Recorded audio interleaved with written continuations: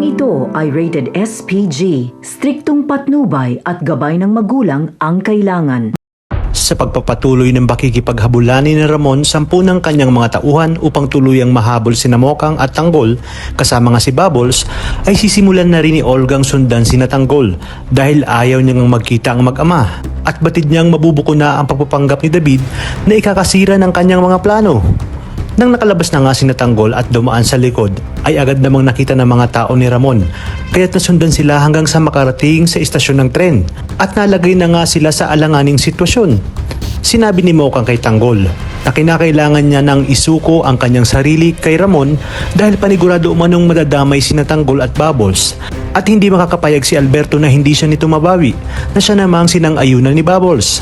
Lalo pat wala sino man ang kailangan makakita sa kanila dahil mananagot sila kay Chef Espinas. Ngunit ayon kay Tanggol, hindi niya nahahayaang bumalik pa si Mokang sa asawa nito dahil nalaman niyang sinasaktan nga siya ni Ramon. Dito na nga magkakaharap sina Tanggol at Ramon at magkakagulo sa PNR station. Sa kabilang banda, malalaman na nga rin ni Marites na posibleng si Tanggol nga ang nag-iwan ng pera kay Tinding dahil makikita nito ang nanay ni Enteng na maraming pera. At dahil sa kadaldalan ni Noy, kaya nalaman ni Marites ang lahat.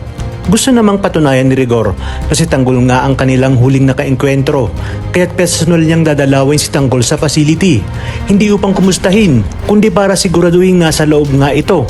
Maaabutan niya si Balatukan at agad natatawagin ni Balatukan si Chef Espinas. Sinabi ni Balatukan na naghihinala si Rigor tungkol kay Tanggol. Kaya naman matapang na hinarap ni Espinas si Rigor.